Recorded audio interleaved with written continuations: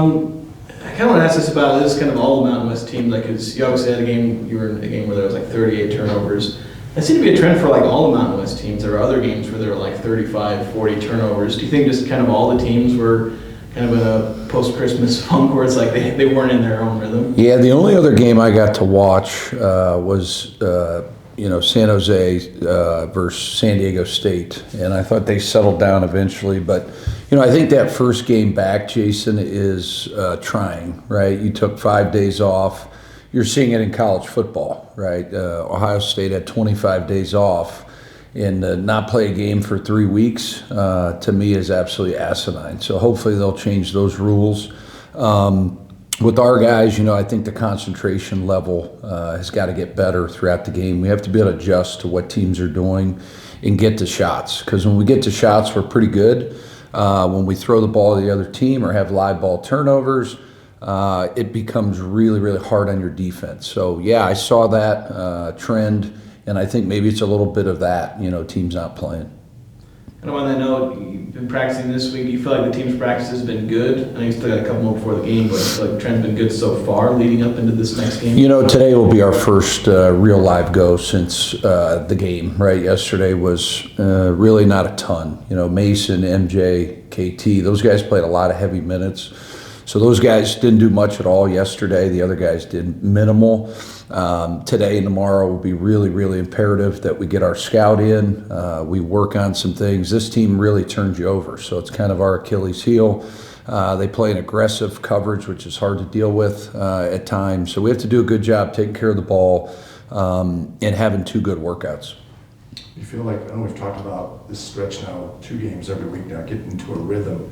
How important is that now to finish off this week with a good effort on Saturday and maybe get into a rhythm? Yeah, I think it's just, you're in it now, right? This is college basketball.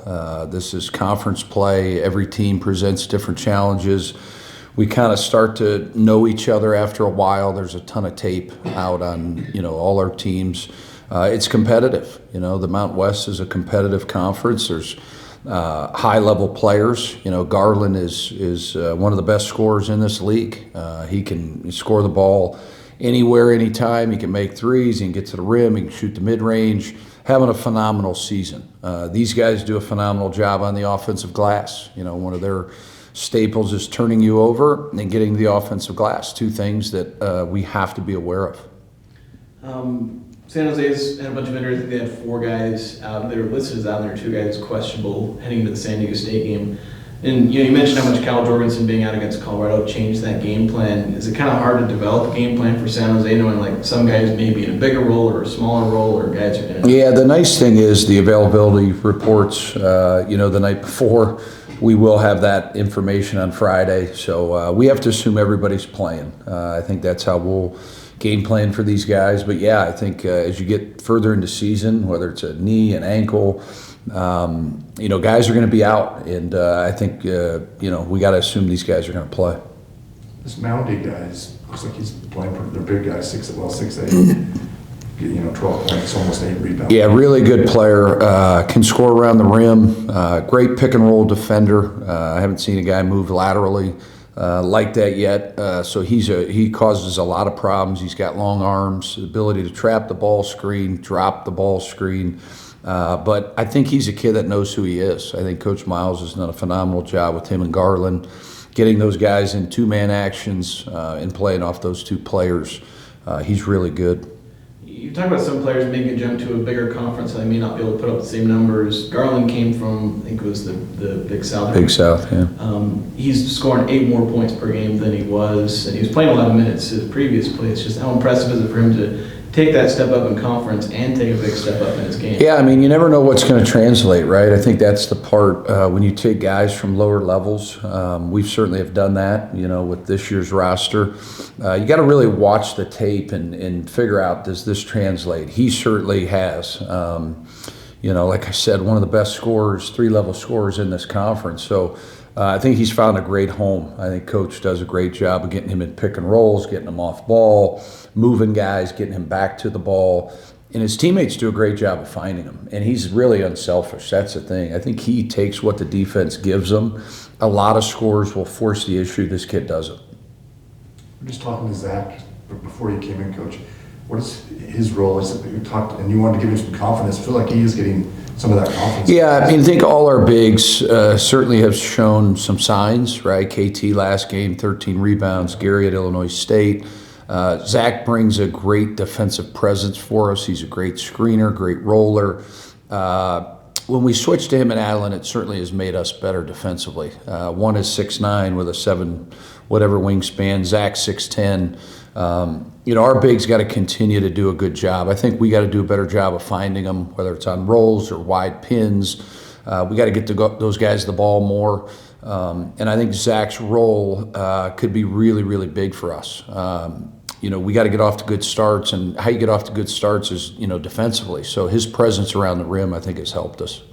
You talk about practicing things that you've not done well at, kind of fouling your own turnovers and then getting your shot blocked.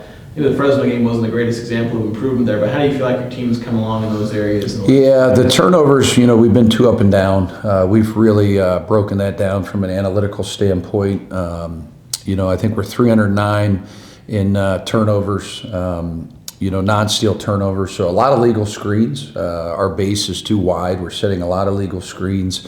We had a ton of turnovers that were hard to even fathom, right? Like timing on catches, one guy not looking for the ball, couple in transition, couple against pressure. So just taking a look at those, trying to get our guys to understand where this offense could go, just by going from 17% turnover rate to 12. I think the increase would be like 90 points a game if we clean that up. So just holding them accountable in practice, teaching them, hey, you don't have to hit home runs. Hit singles and try to get better at that.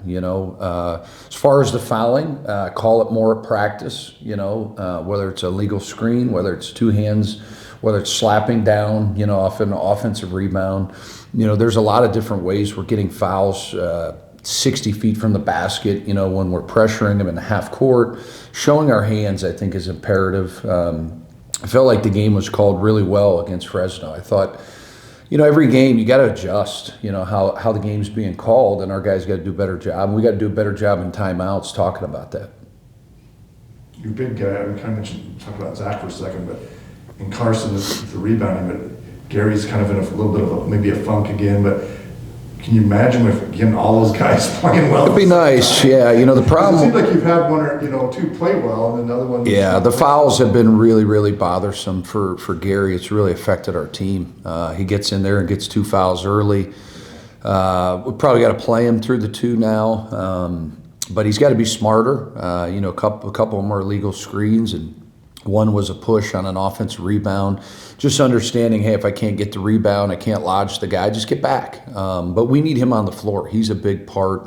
He's getting almost 10 a game, and he's barely playing. So imagine, like you said, Sean, if he played 20, 25 minutes, when his motor's going and he's playing, our team's a heck of a lot better. And I thought KT last game made a lot of winning plays. He really made up for the size with his heart and his hustle, and that's who he is. And, if he didn't get those rebounds, we probably don't win that game.